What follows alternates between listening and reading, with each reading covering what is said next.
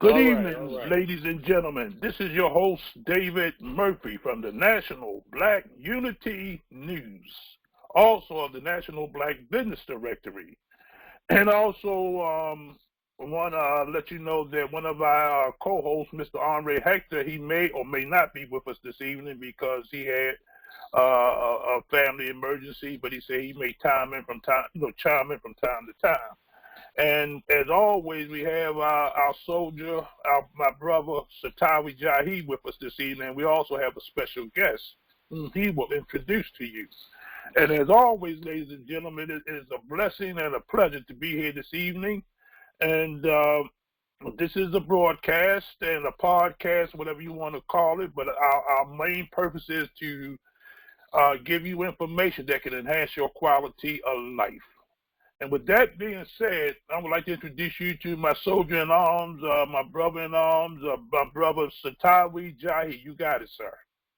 Yes, sir. Thank you, David Murphy, and thank you for that gracious introduction, and thank you again for all that you do for the National Black Unity News and our newspaper and our publication to make it what it is. And so, as a national travel editor for the paper, it's an honor and a privilege to be a part of the publication. And also it's an honor and a privilege to do this podcast with you every Monday night. We're going to start off, as we always do, with our readings from Daily Motivations for African American Success by Mr. Dennis Kimbrough. And the reading for the day is, "Get your butt out of the way." Quote, "Believe in yourself and your abilities. There are lots of other folks who will tell you it can't be done." Unquote. Jasmine God, television and film star. Unfortunately, reading for the day, unfortunately, too many people cannot specify what holds them back. All too frequently, they feel there's something, whether it's called hard luck or the system, that binds them to lives of misery and poverty.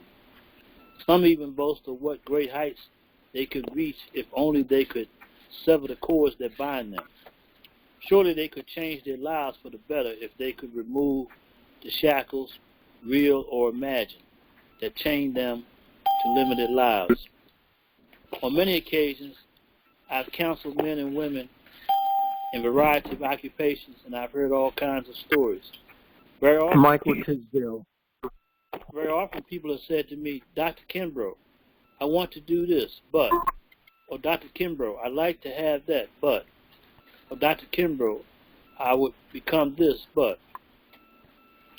One day I got my fill of all of these excuses and reasons for inactivity, and I blurted out, you could be what you want to be, do what you want to do, and have what you want to have if you would just get your butt out of the way. For the most part, we know that we want out of our lives. Not only do we know what we want, we know how to get it. Most of us have concluded that we have the time, the energy, the skill, and the opportunity. Feel good. The only thing standing in the way of us enjoying whatever we desire is our big excuse. If we want to achieve more, declare your reason unacceptable, your excuse inexcusable, and then get your butt out of the way. Affirmation for the day. Get rid of the word "but." It's the difference between success and failure. So, and this is very, very important, and it ties in a lot to the guest that we have tonight, Brother Nwalimu Kabaila, who is also a Kawita advocate.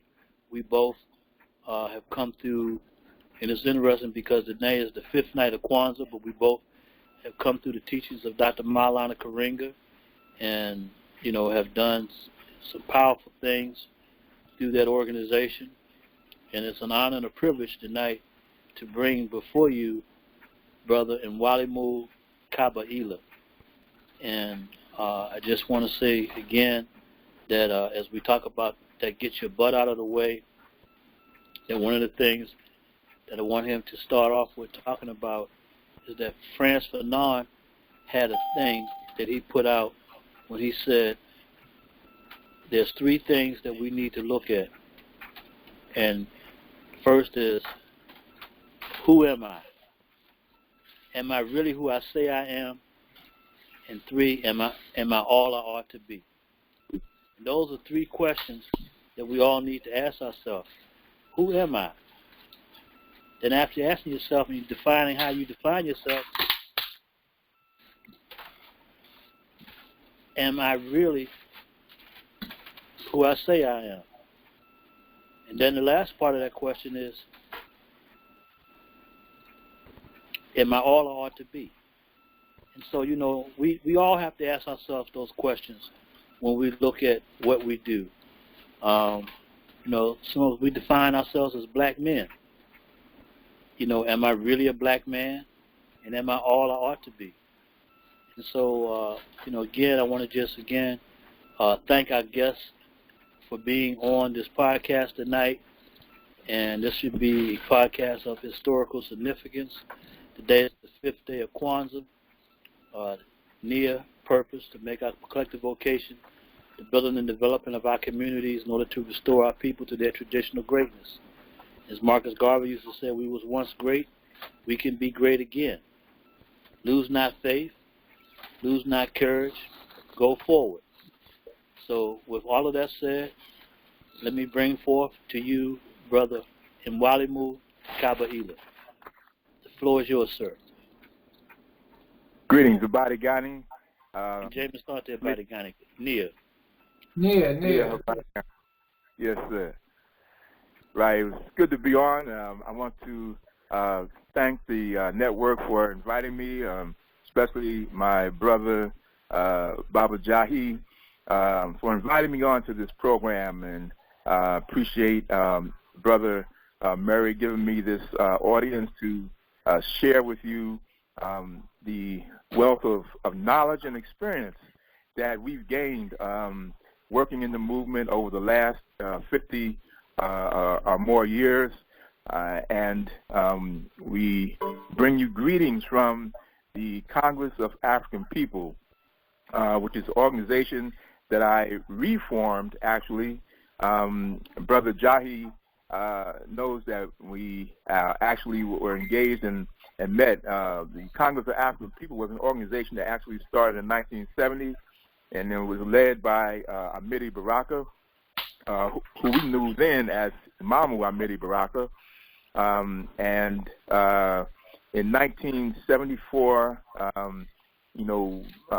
Baraka became a communist, and so the organization abruptly terminated at that point. And so when I joined Facebook about 10 or 11 years ago, I'm not sure which, but when I joined Facebook, I began to run into a lot of people like Brother Jahi, Baba Jahi, who were involved in the Congress of African People, and all of us felt like the mission that we had set out on was incomplete and that we hadn't finished it. And so at the time, I was involved in an organization called International Year for People of African Descent. We called it IPAD. And IPAD was for 2011. And when I thought about it kind of midstream in that year, I said, well, this is the international year, but what do we do after the year is over? And so I thought about, the fact that, the Congress had been abruptly ended, and a lot of people felt like our mission was not complete. So I said, I want to start the Congress of African People all over again, and so that we can, in fact, try to do something to finish the mission that many of us set out on. And so that was the beginning of the renewed Congress of African People back in 2011. And so a lot of good things have come out of that movement since then. Just to give you a little bit more background, as Brother Baba Jahi had mentioned, I started my introduction into the black movement through the US organization, which was the organization that founded Kwanzaa. It was led by Dr. Maulana Karenga, and I started out in the youth movement in that organization, the Simba Wachanga, which means young lions. And the tradition of the young lions came from the Simba movement that was a part of the Mau Mau movement in Kenya, when they expelled the whites from Kenya from dominating the Kenyan country population there during the colonial period. The youth had formed themselves into a group called the Simba Wachanga, and they were a fierce fighting force. And so we sought to duplicate that whole concept in the US organization by forming a Simba Wachanga here in the States. And we, in fact, became one of the most organized, disciplined, culturally grounded, politically conscious youth groups of the period during the 60s and 70s. Eventually, I worked my way up in the US organization. We did security for Dr. Karenga, but also eventually in 1979 through 1985, I was the vice chair for the organization. So I had a chance to observe the movement from the vantage point of being a youth and a part of the youth movement. We were engaged in the Black Power conferences. 1968, we went to the Black Power Conference in Philadelphia, and I was chosen as one of a few of the Simba Wachanga who would come to Newark, New Jersey right after the conference. One of the resolutions in the 1968 Black Power Conference was that we choose a city that had a majority black population. The three that were selected from were Newark, Washington, D.C., and Detroit, Michigan. All three of those cities had a black population close to 75%. And so at that time and point, none of those cities had blacks in power positions within the city government. And so Newark was chosen as the city that we would go to organize, and in fact, that's where Imam Baraka was living at the time in Newark, and had a location there called the Spirit House. Of course, we all know that Amiri Baraka was a poet, man of letters, but he also became a political leader also through this process of organizing in Newark. And so we left the Black Power Conference and went directly to Newark and formed a organization under the tutelage of Karenga and Baraka. We formed an organization called the Committee for a Unified Newark, or C-Fund. And we used that organization, in fact, to organize people in the Newark community around political organizations so that they could empower themselves, politically empower themselves. We got one city councilman elected that year, but then that was preparation for 1970 when we got the first black mayor of a major city in the United States elected as mayor, Kenneth Gibson. And so these were very powerful times. We set an example for the rest of the country at that point in terms of the organizing effort that we had. We had to fight a entrenched Italian group that was empowering fact, they at one point shot up Baraka's spirit house, and so there were some people who saw the need to respond to that happening, and it was a very well organized, I must say, a very well organized response, but it let them know that there was a new sheriff in town. But those are some of the things, some of the battles that we had to deal with back during that period. But it prepared us for what we would eventually have to do in terms of organizing ourselves today. That history certainly was good, but it was good in the fact that it prepared us for what we are doing today. The Congress of African People has been involved in a number of organizing efforts here of late. We were a part of the Friends of the African Union, where we were involved in organizing people around the continent and organizing people here to support a movement on the continent to take political powers, to take over the resources, the human and natural resources on the continent for self-empowerment. And we were also involved in, and were involved, in fact, I just finished a radio program with Anna Marie Carter, who is known affectionately around the world and in the States as the Sea Lady of Watt.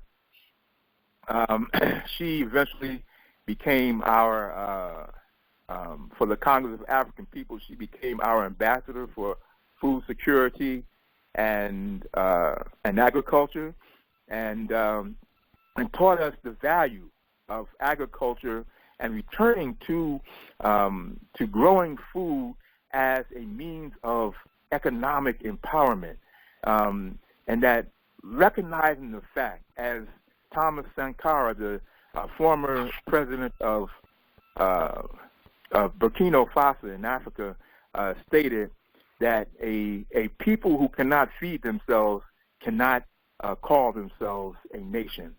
Okay, and so the work that we've been doing with the Sea Lady in terms of organizing African farmers, working to give them the resources that they need in order to empower themselves.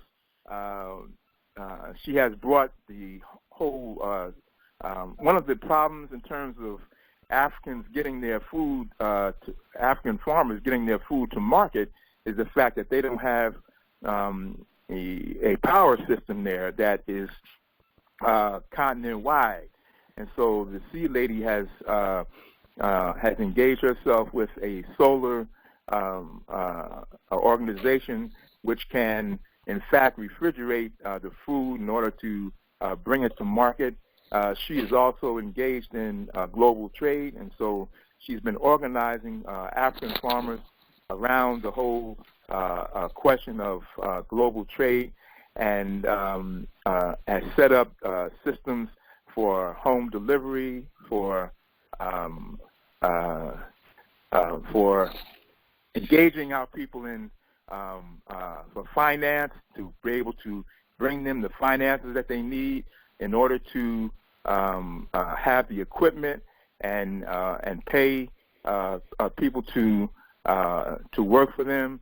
And so these are some of the projects that we have engaged. And one of the things that we had talked about today on the program as we were discussing NIA is that we had set an example in terms of how African Americans in particular, but diasporans, can relate to and with our brothers and sisters on the continent in terms of bringing the skills, the knowledge, the resources, especially the financial resources, to our brothers and sisters in Africa that we have gained here, and in fact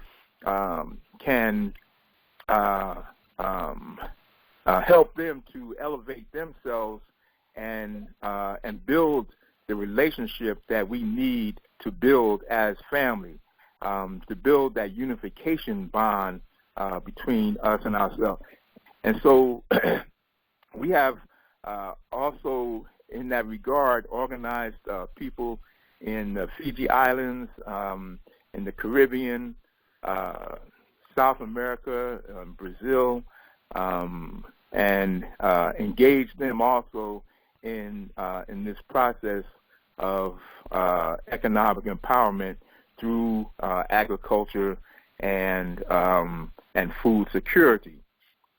So these are just some of the things that we have been a part of, and so I'm gonna just stop here for a moment and see if there's any questions or any points you'd like for me to highlight in terms of the work that we've been doing over the.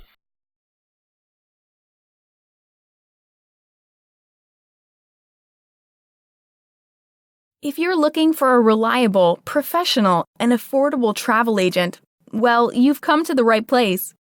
We're proud to be the top local travel agency, and we've committed to creating satisfied customers and ensuring that your trip is a smooth one. Whether you need airfare, hotel reservations, transportation, or excursion planning, we can do it all. Call or email one of our friendly staff now to start planning your next vacation.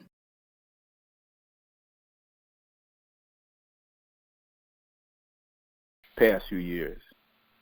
Okay, yes. This is David Murphy again. And yes, I appreciate you, brother, because like I said to you earlier, you put in a great deal of work, and I appreciate you for that. But I also want to introduce my other brothers on to call my partner, Mr. Bill Gooden, who's also been around for some time now, and he's from out of the St. Louis area, and he resides here in the Baltimore area now.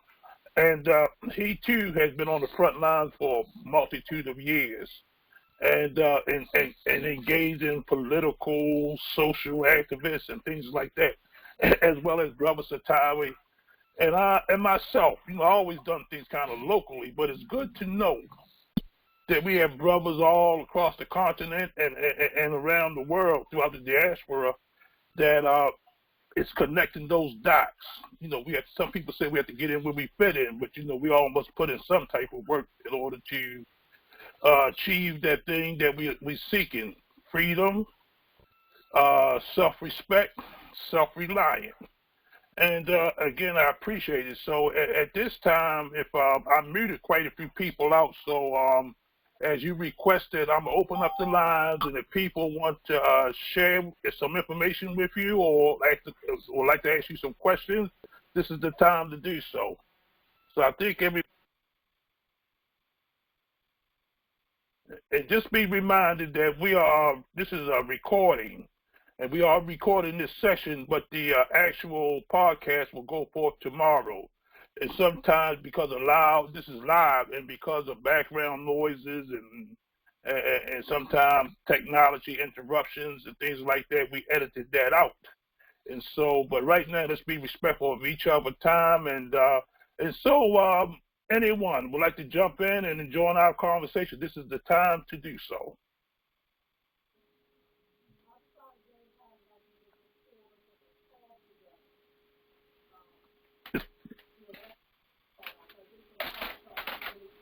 Okay. Bill Good. I unmuted you, sir. Are you unmuted?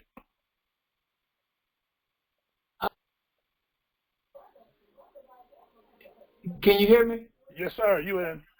Yeah. I would just like to say, first of all, I'm thankful for the opportunity to be a part of this podcast. Thankful for, the everything that the brother experienced, talked about. I'm very familiar with Mean Barack, which was formerly Leroy Jones. I've read, several of his books and, some of his writings. But my thing is this, man, like I always say, I think we always have to applaud and embrace everybody that's out there fighting, because all of us don't see the same thing, but all of us trying to get to the same place.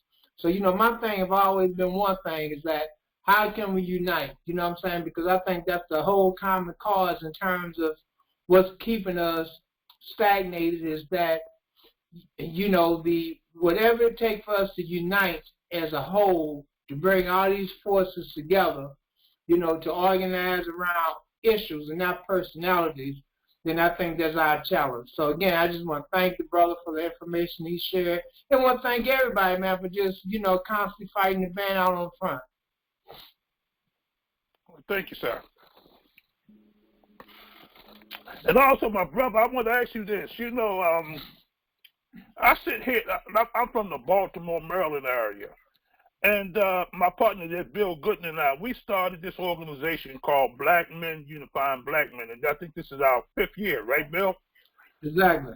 And we host breakfasts where we bring brothers in from all age groups just to come in. We don't set up what some may call an agenda. Our goal is just to introduce brothers to each other. And because we did it that way, a lot of organizations have sprung up from us. But I also sit on this another board called the Maryland Council of Elders, and I see that you also organized. I think it's called the. I know it's the Council of Elders. I don't know if it's the United States Council of Elders, but could you elaborate on this elder thing that you was involved with, sir?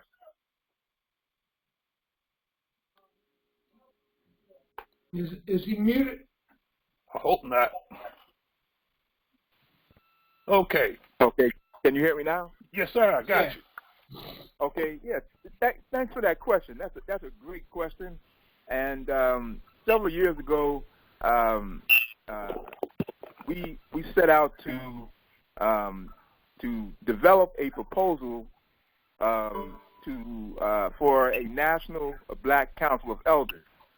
And one of the reasons for this is because we saw a Council of Elders as being a governing body for the Black community.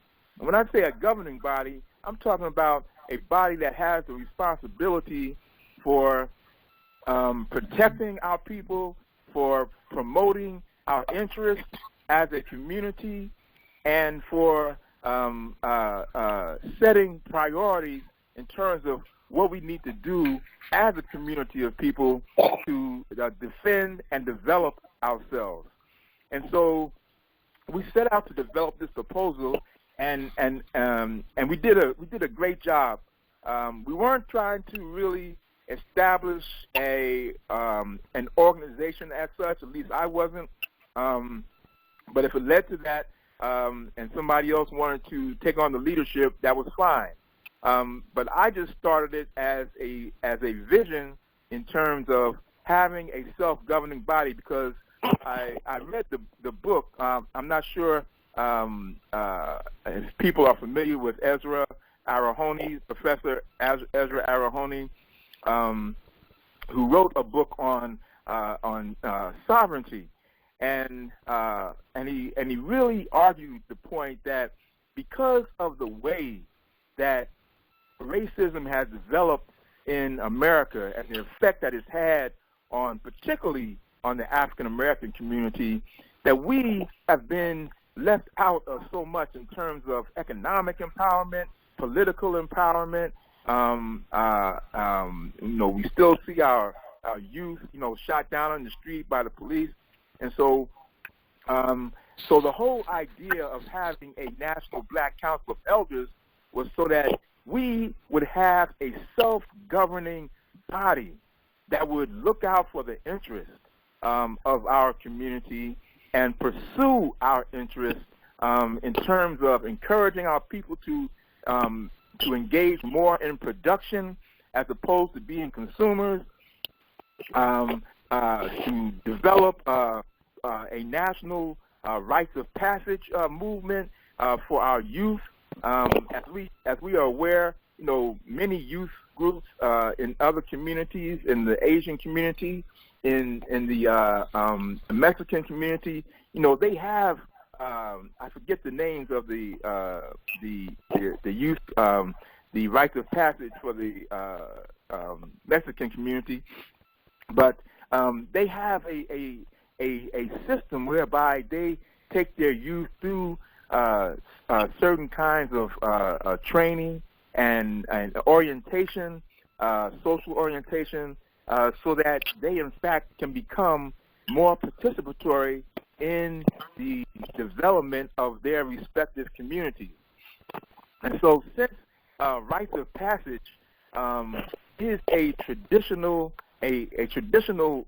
institution coming out of the African tradition, it was certainly something that we should and can borrow from our tradition to help build a unified movement among our youth, so that we, in fact, overturn this whole system of becoming involved with gangs and stuff like that, and it establishes a system whereby they have to go through a particular type of training.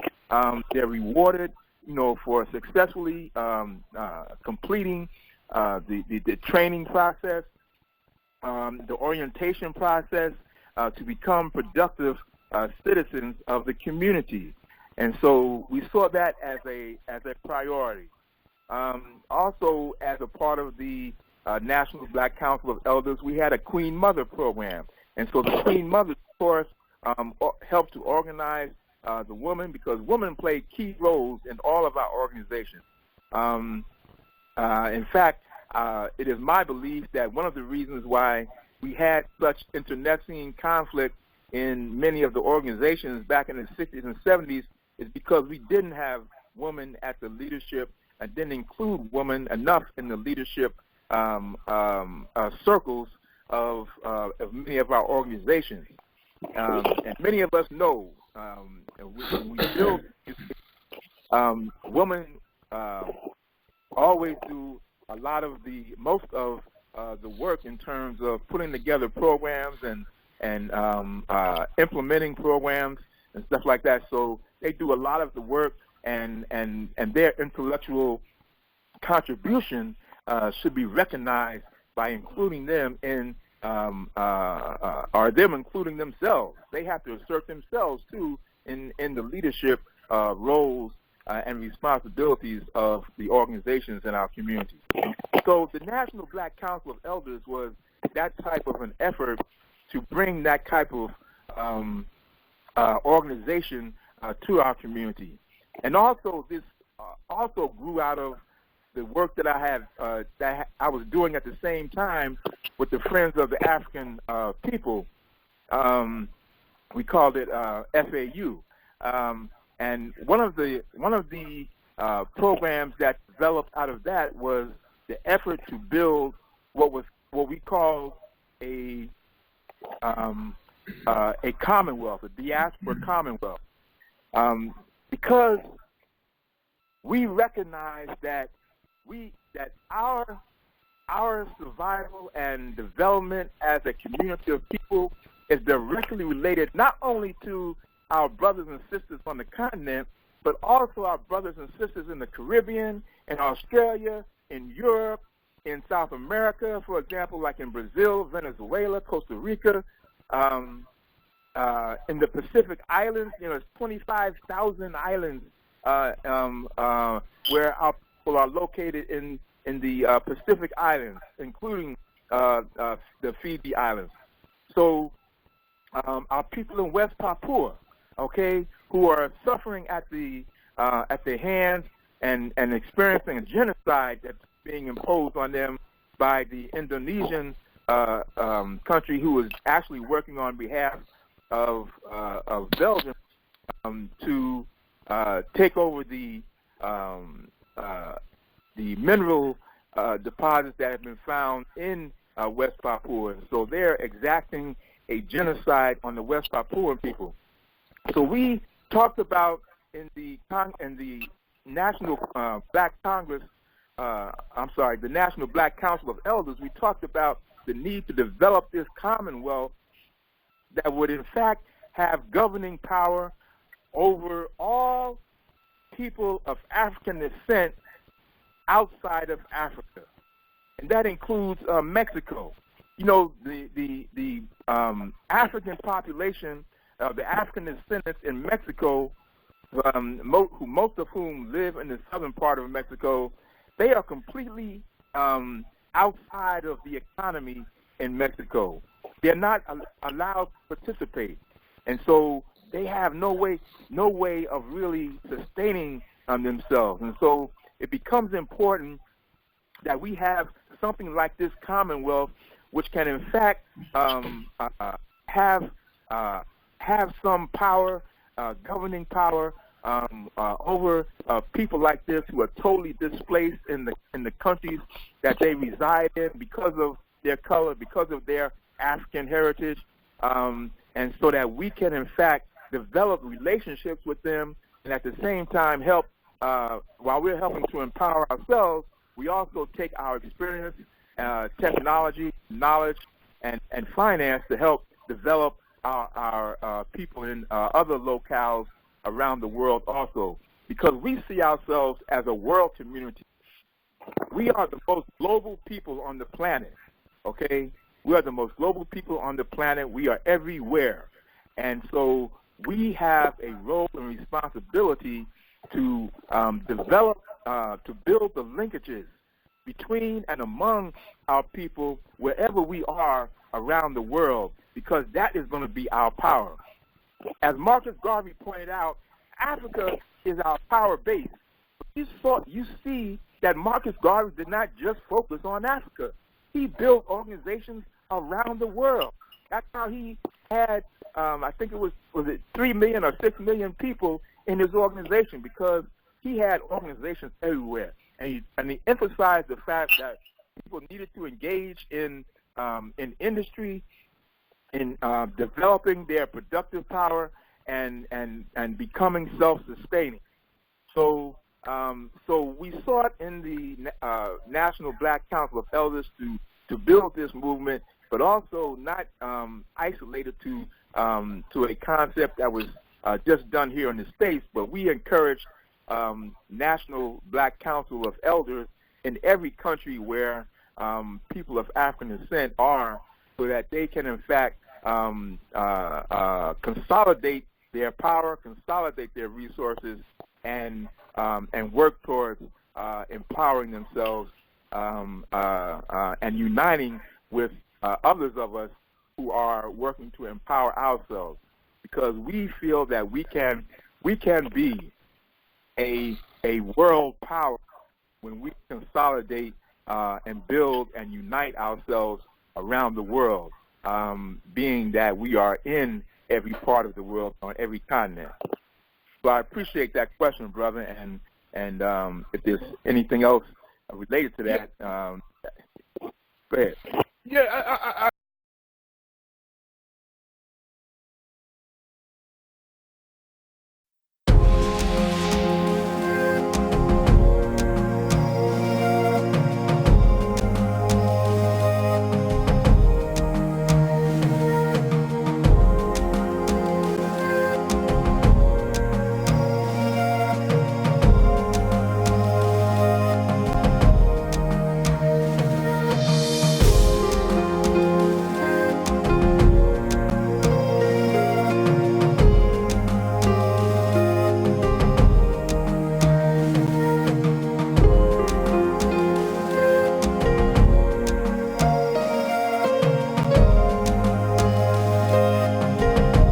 and at the same time, you know, I like to keep things, this is my nature. You mentioned a lot of words. You kept saying organizing, and back in the day, I don't know how old you are, but sound like me and you around the same age. I'm 68 years old, and in the 60s, 50s, early 70s, there was a great effort or great movement going across the United States and beyond. But there was a concerted effort from the government and other outside sources that saw us as a threat. And like I said, I'm not all knowledgeable, but I believe sometimes because some say that we are what you may call consumers. And then if we unite started supporting one another, that would break down their economic base, and also that and that fear that they always had, that we was enlightened, and like you said, we joined forces, that we might do what they have done to us. And since we have, and now because of this new technology, I mean, this technology is so vast and it's changing on a consistent basis. And I met a professor at one of our local colleges, and he said what he teaches the children today in technology 6 months down the line is obsolete. And so, and I'm quite sure most of us on here on this call right now, on this podcast, remember the 60s and the 70s, and how we was infiltrated, perpetrated, whatever you want to call that word, how they send people in to destroy these organizations, break them apart, spy on an organization from the government all the way down. And here we are approaching 2020. And things are so transparent now. I'm talking about it's hard to keep a secret these days. It's hard to even really organize without Big Brother or somebody nipping it in the bud before they even take plant. And so since you've been around, brother, for so long and been organizing for so long, and not to be discouraged, so from this day, from yesterday, today, and hopefully tomorrow, do you see, I mean, realistically, do you see that we as a people can actually come together? Yeah, yes, sir. Without a doubt, and emphatically so. One of the things, like for example, like I was talking about the organizing efforts that we've been doing with the Sea Lady, and like she and I have been working together over the past 10 years.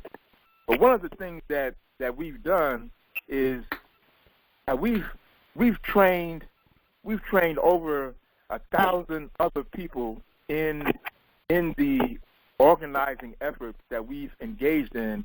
We've trained over 1,000 other people who can do pretty much some of the same things that we've been doing in our organizing efforts. And one of the things that we learned especially from the 60s and 70s, where many of our leaders were put in jail or some were shot and killed, even such as Martin Luther King and Malcolm X. So one of the things that we had to learn from that is that we can't just have singular leadership. Our leadership has to be collective in the sense that we train people early to be able to take over, and that we train leadership cadres. Okay, this is one of the things I counsel a lot of young people. I get calls all the time from a youth group on the continent of Africa who want to organize, and I consult with them. I'm not trying to lead them. I'm not even trying to organize them, but I tell them that I will give them the benefit of my knowledge and expertise and share with them in the ways that I can. But one of the key things that I try to pass on is that as they build leadership formations, that they, in fact, do not engage in just putting a singular leader out there. That the leadership has to be a cadre formation, and everyone has to be trained to be able to carry out certain things that the organization needs in order to realize their goals and aspirations. There's 4 things, and I wanted to mention this. I wanted to mention this at first because I want to applaud the efforts of your network here as a communications channel. Let me put it in context. There are 4 key things in starting any organization, and that is, one, you have to have an ideology, and the ideology is the views, the values, and which includes the objectives and goals of the organization. Okay. Secondly, is your organization. The organization is how you structure yourself so that you can carry out and realize the objectives that you establish in your ideology. But third, and most importantly, is communication. And that's why I want to really applaud the work that you, Baba Jahi, and I can't think of the other brother. Is it Brother Goodwin? Yes, Bill Goodwin. Yes, I want to applaud the work that you are doing in terms of putting forth this communications network, because how we distribute communication, distribute information, and take in information is very key and very important. No organization can exist without it. And so one of the things we really need, especially in terms of when we talk about organizing ourselves on a Pan-African level, is that we have to have these communication networks where we know what's happening with our people. Just like, we need to know that, there's a cyclone going on now in the Fiji Islands, and how can we support them? We've asked them, how can we help to support them? Do they need food? Do they need blankets? Do they need whatever they need? So it's very important for us to establish those communication networks so that we can, in fact, keep up with what's going on in the different locales. Because we are global people, we have to know what's going on in the respective locales around the world that affect our people. In order to feel this whole familyhood, we're talking about building a global network. There's a group called Ubuntu Nation, which has structured itself in such a way that it brings together spiritual leaders, healers, those who have been engaged in organizing efforts around the world, on the continent, as well as in the diaspora, in the islands and everywhere. So it brings together all of people who ordinarily would not have come together. It provides a structure for us to come together and work in this group. I represented the diaspora in the Ubuntu Nation group. And so there are a lot of groups and formations that are forming now, and a key element is that we have a communications network that can disseminate information and also take information in to be disseminated and analyzed and dealt with in that context. So in answer to your question, I think certainly there are many efforts going on. You mentioned your age. I'm 72 years old, and so like I said, I'm not trying to start organizations at my particular stage in life, but I'm here for consult. I do have a lot of experience. I work with some of the major organizations that have developed and affected black life, particularly in this country, over the past 50 years. The National Black United Front, the ASCAC organization, Association for the Study of Classical African Civilizations, which really is responsible for spreading the whole concept and idea, the ideal of Ma'at, which was our classical form of spirituality. So when we talk about organizing, it's very important to recognize the different aspects of our community that have been around and give them voice, so that and I applaud also the efforts you mentioned, what you're doing with men, to have to have a group of men who come together every year just to exchange and share information and learn who is who and who's doing what in the respective areas in the community. One of the groups that I advocate for, in addition to the National Black Council of Elders, which I would assert should have governing power, is also the formation of a National Assembly. And the National Assembly would include people from all the sectors, from the scientific sector, from the business sector, from the religious sector, the education sector, the health sector, that we bring together all the people who involved in construction, who architects, excuse me. Everybody from every sector, I think, should be a part of, should have representation in a National Assembly so that we can, in fact, discuss what key areas we need to bring resources to, what's going on, so that, first of all, so that we know what's going on in these respective areas. One of the criticisms I have for the 60s is that we didn't have a role, and the scientific community did not assert itself to define for itself a role in the leadership of the Black Power movement, and that there was a brother that came out of an organization called the African American Association. The African American Association was a group that where Kareem, Bobby Seale, Huey Newton, some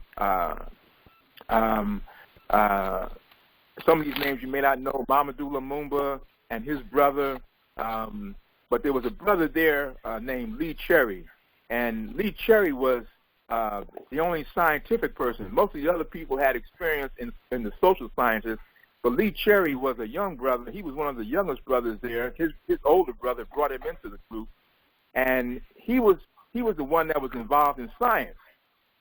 And so in 1967, he organized a group called the African Scientific Institute, but he kept it underground because he saw what happened, with the FBI coming down on the Panthers and the other organization. So he kept his group underground, and they only really rose up in the last 7 or 8 years. And now they have 18,000 members, and they have 900 fellows, people who have distinguished themselves in their respective fields in the sciences. And so this becomes a very important group. But one of the reasons I mentioned the ASI, the African Scientific Institute, is because scientists are engaged and involved in solving problems on an everyday basis. And we didn't have that mindset in our in the movement back in the 60s and 70s and even the 80s, okay? And it was a mindset that we lacked. And so I think it's very important that the people from the scientific community become involved in this whole process of organizing our community around our interests, and because they bring a very important component to how we build our community on an everyday basis. So those are just some of the things I wanted to share in that regard. Well, I appreciate it. Go ahead, Brother Bill. Go ahead. No, I guess what I wanted to say is first, thank you, but I guess I want to follow up with what David was saying. I mean, first of all, when we're talking about Marcus Garvey, we're talking about Elijah Muhammad, Martin Luther King is, the Black Panthers, some of them other organizations, and even though we always have to be optimists, because we have to always believe that we're going to get there. But, I think that, the last real movements, in one sense, that we had, even though it wasn't necessarily totally organized by organizations per se, but was with President Barack Obama, because as black people, we all knew that we wanted to see a black person achieve that level. But in terms of having an organization, when we're talking about 3 million people, 6 million people, or the Nation of Islam, what organizations do we have now that could do what Marcus Garvey done, or what's doing what Elijah Muhammad done? Because I'm saying that when we look at them, when we look at us, we're losing ground opposed to gaining ground, because there's no way in the world Marcus Garvey and Elijah Muhammad supposed to out-organize us when they came before us. So we have a serious problem in terms of what this country has done in terms of dismantling us and creating all these divisions to keep us from unifying, that we can't come together collectively enough to protect ourselves. And as a classic example, I'm going to say this, I'm going to leave it alone. I was talking to David earlier, I was just doing a little research here in Baltimore. I was saying, you know, Baltimore got incorporated in 1797. In 200 years, we have had 4 black elected mayors. Out of the 4 black elected mayors, 3 of them been females, 2 of them been indicted. 1 of them had to leave office because of the chaos in terms of the Freddie Gray situation. So I'm saying that we're losing a lot of ground politically as well as some other levels. You know, so, you know, I guess my thing is that what do we do to unify the forces and be able to galvanize? If we need to galvanize ourselves to bring 10 million of us together, what organizations out there that can do it right now? Can I say something in this conversation? This is Bilal Omar. Yes, sir. Okay, let me address one point. That, a little louder, my brother. Okay, can you hear me now? I can. Okay. Well, the one point that I want to start with, and I got a couple, but the one I want to start with is the organization. We made a strategic move in the community of Al-Islam, which was the former Nation of Islam, to eliminate the organization as far as being ahead, where you could go to one place, like go to Chicago and everybody go there, everybody taking orders from Chicago. No, we made a decision as a community to be independent, everybody, and that way when they knock one down, the rest of them are still living. And in my time, and I've been around just as long as any of you, I think anyway, at least a 72-year-old guy. the speaker, which I appreciate his knowledge and his expertise. I'm really enjoying the talk. But what I was saying, getting back to what I was saying, that's the way you do it. And then you work in your area, your city, or your local area, and organize it and make it strong, make it tight. Then you have real leadership. Then you can put somebody in Congress. You know, right now we got 4 or 5. We got a couple of congressmen from our community, judges right here in Maryland that's with us, that support our programs, and they carry their so-called organization in their wallet. So times are changing, and we got to change along with the time. And in the future, our children, you know, like for instance, the sister that won the gold medal, the 400-meter gold medal for I'm trying to figure out what it was. Anyway, she's going to be in Maryland giving a workshop for the youth. And that's important because she's hitting right in the heart, right in the brain of how to do the excellence. And also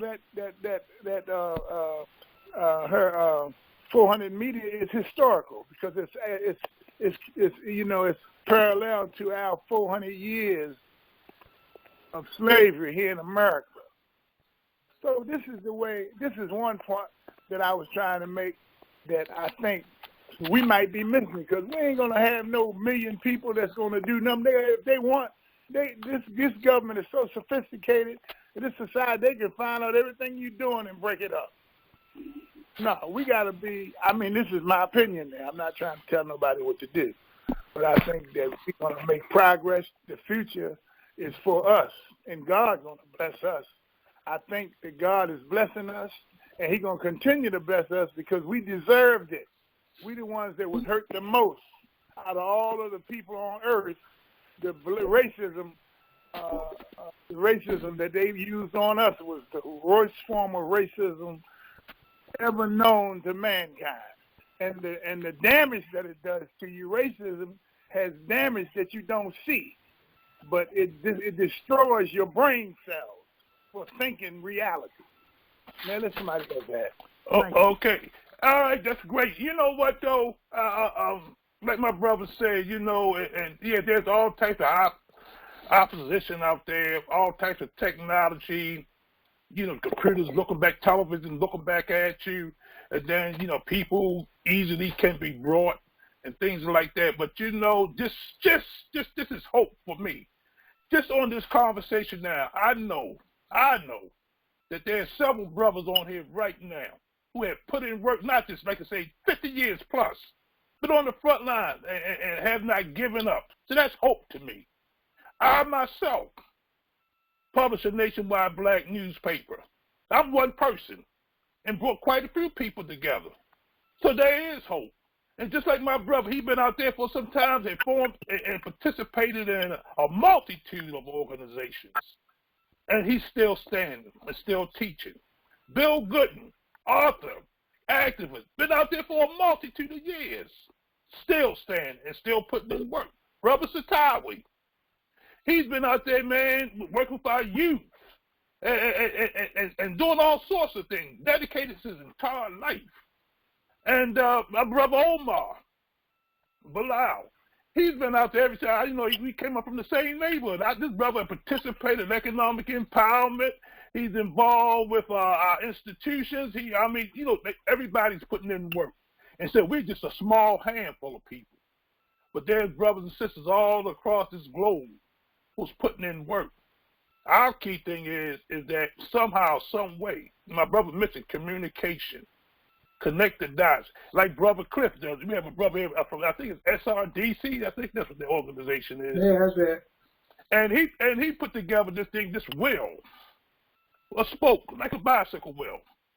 And in the middle of that wheel is a central thing where, like my brother just mentioned, if we have representatives from all of our spectrum, from economics, education, sport, I don't care what it is, and all of us have an important part to play. Because we are global. We're not one this way and one that way. We all merge. Yes, that's the way life is. And right, so when we can all come together, just like that's what the National Black Unity News does, is bring people from all different spectrums of life to come together with the sole purpose, though, of uplifting of our people. That's direct right, and indirect. So, you know, and yes, I know people listening in right now.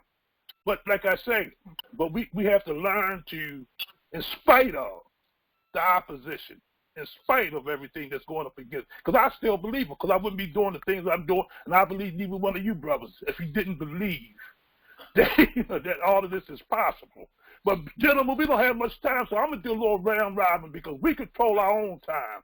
And so with that being said, I want you each one to go ahead. Go ahead, Bill. I just want to say one thing.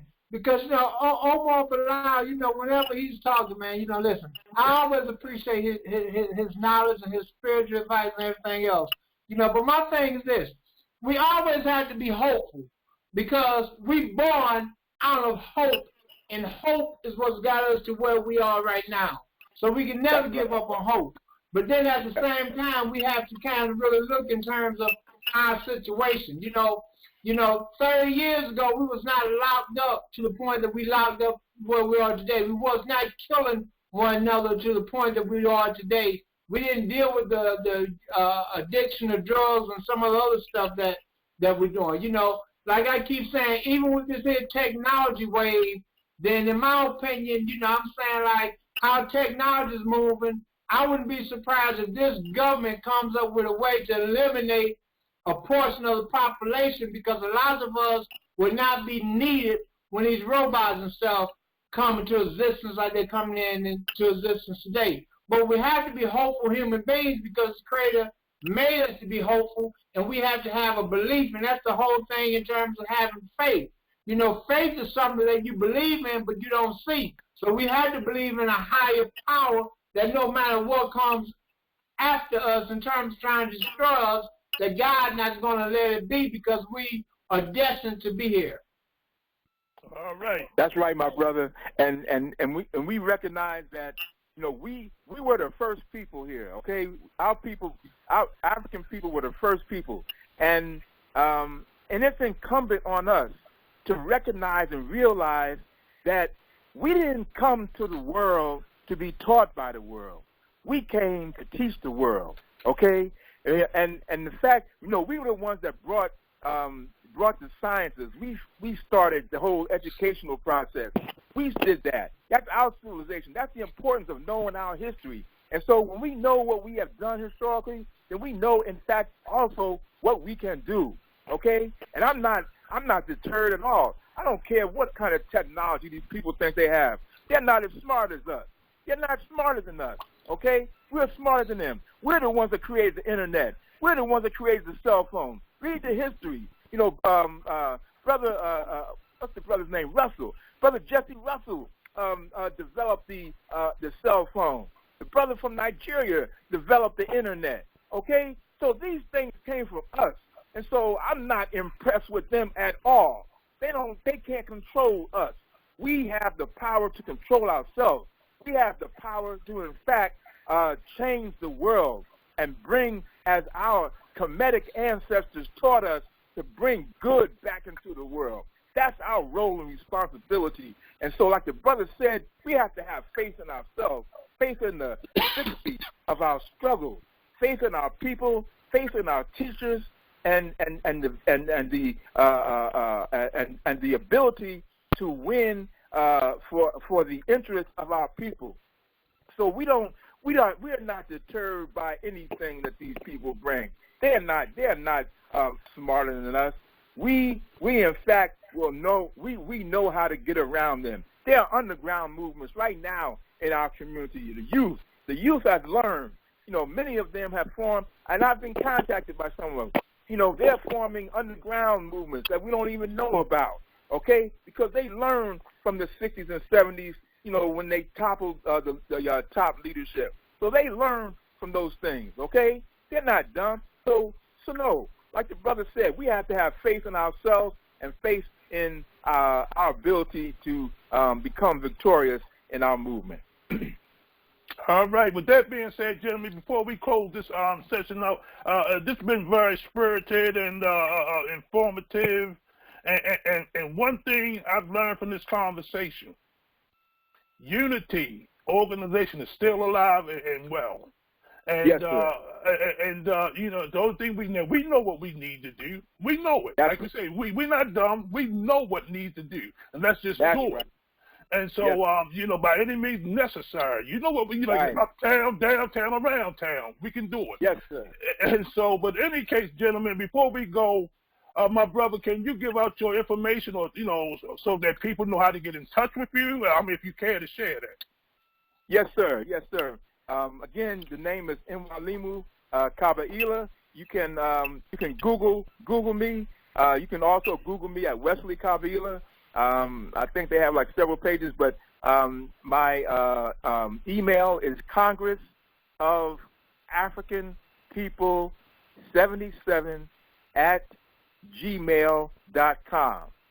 That's Congress of African People 77 @gmail.com. And for anyone that wishes to, I also have a LLC, SEMA Consultants. We consult on organizing. We consult on development projects. We are in the process of closing a large development project where we're working with brothers and sisters on the continent. But we're keeping that underground right now. But the point is that we work with them. So you can contact us also at SEMA Consultants. And our number is 310-567-9807. And I want to just say I appreciate to all the brothers, especially my brother Baba Jahi and brother Murphy for inviting me on to this program. And I hope to be invited on again. I look forward to sharing with you again whenever I'm invited. Thank you so much. And I just want to extend you an invitation. With the publication and other sources that we have, that, it's open. Okay, and so Yes, sir. and so with that being said, Brother Jahi, you want to share in closing? Yes, sir. I was sitting back listening to all of the dialogue and all of the information that was shared, and I just want to again share with people in closing that as Marcus Garvey said, hey, we was once great, we shall be great again. Lose not faith, lose not courage. Move forward, on, uplift the race. And so that's so important that we focus on that and deal with that. And again, my contact information is www.movements, MOVEMENTS, unlimited, UNLIMITED.net. Phone number 252-458-3712. And this is Brother Jahi, your brother in struggle, and been out here on the battlefield for a long, long time. Haven't gotten weary, but we do get battle tested, and sometimes you just be like, when do I quit? When do I hang up my spurs? When do I do whatever? And all I can remember is the ancestors just saying, hey, you can't quit. You just have to keep moving forward. And I remember my grandmother sharing with me, she used to tell me all the time. She says, she said, baby, she said, you battling. She said, and just remember that you just got to keep moving forward. Keep moving forward. There's going to be some people that's going to doubt you. There's going to be some people that's going to join you. There's going to be some people that's going to be like, no matter what you do that's good, they're going to find something wrong with it. There's going to be people that's going to betray you. She said, all goes with the cause, and just need to know how to handle all of those different situations so that as you move forward and do what you need to do, that you will be able to accomplish what you want. And the last thing that she shared with me was that charity starts at home and spreads abroad. She says, I know you want to do a lot for all the people out there. She says, but make sure you take care of your family. And so that's, some of the things that I've basically been focusing on and where I'm at now, especially being 67 years old. So I just turned 67 the other day on December the 18th. And so I'm more reflective of a lot of things right now and just really trying to come to terms and come to grips with my own mortality in terms of life and where I like to be. And as Burr Shango said, hey, we're supposed to have 120 years on this earth. So if that be the case, then that means I got another 53 years to go. And, I'm looking forward to that other 53 years and see what can come out of that. So, hey, with all of that said, I want to say good night, and I want to thank Brother Mwalimu Kabaila, also Kawi the Advocate, for being on our program tonight. And just want to thank him for sharing all that he shared. And, we probably have to come back and do a part 2. But, we'll look at how to schedule that. And again, I look forward to it. Just want to thank David and Bill for, allowing him to be a guest on the podcast tonight. All right, okay, thank you. Brother Bill, you want to share some information, what you do? No, I just want to say, hey, thank you to everybody. And, of course, we just have to have faith in the Creator. And we got faith in the Creator, then we have to have faith in ourselves, and we'll get to the promised land. All right. Brother Omar, you want to share some information? Oh, I exhausted what I had. Okay. My mind, I'm like I'm like a arrow. I get focused and I keep going in one direction. Oh, my man. Well, I'm gonna say this, Brother David. Yes, sir. And we need to invite that gentleman back so he can, give us some more of that enlightenment and organizational, and that's progress that we know. I knew about it because I knew all those names of those people that he named. I knew them. Yes, I sir. had Black Bible, and all of that. So I've been through a lot. Yes, sir. I bear witness to that. I'm still without. The one thing I did, I don't think nobody else did. I painted my father's house black. And he put me out for life.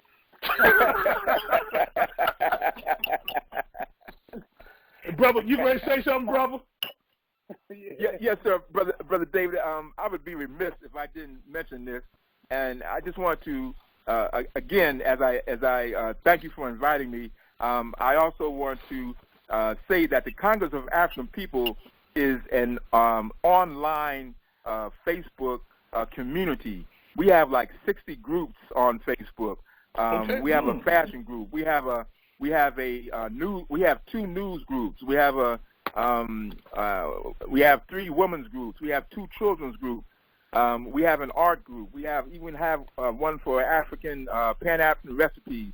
We have a governance group. So and this is one of the things I learned from organizing in the US organization is that we organize people around their interests.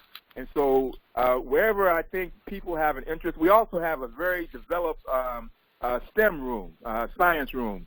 So we organize people around their interests, and so that's why we have so many different groups, and it brings people in.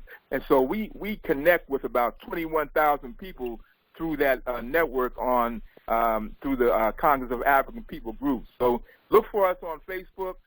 If you type in CAP, every room starts with CAP that's in our network, and we welcome all of you to come and join us. We have a lot of, that's how we network with a lot of the African community, the people in the islands, and so forth and so on. But thanks for letting me say that, and I appreciate it. All right, fantastic. Well, I'm going to close this out now. This, again, is your host, David Murphy, publisher of the National Black Unity News, which is a publication that is circulated nationwide and beyond. Our sole purpose is the uplifting of our people, but provide information for us and by us. And I want to extend the invitation to those who are listening to us, who will listen to this broadcast, is that there is hope. There are organizations out here. You can't just sit on the buy side and crowd into the wilderness. That something needs to be done. You have to get involved. This is about you, about our community, about our children and our children's children. And so with that being said, ladies and gentlemen, support the National Black Unity News because it's here to support you.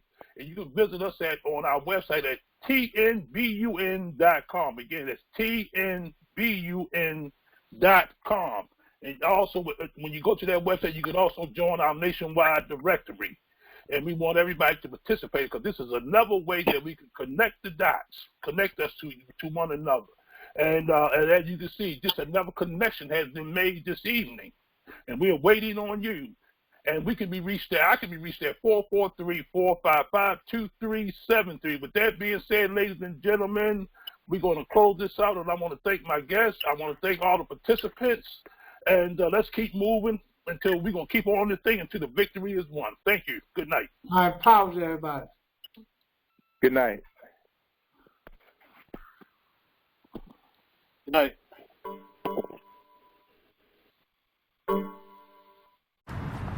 Hello everyone, I'm Henri from the Henri Hector Show.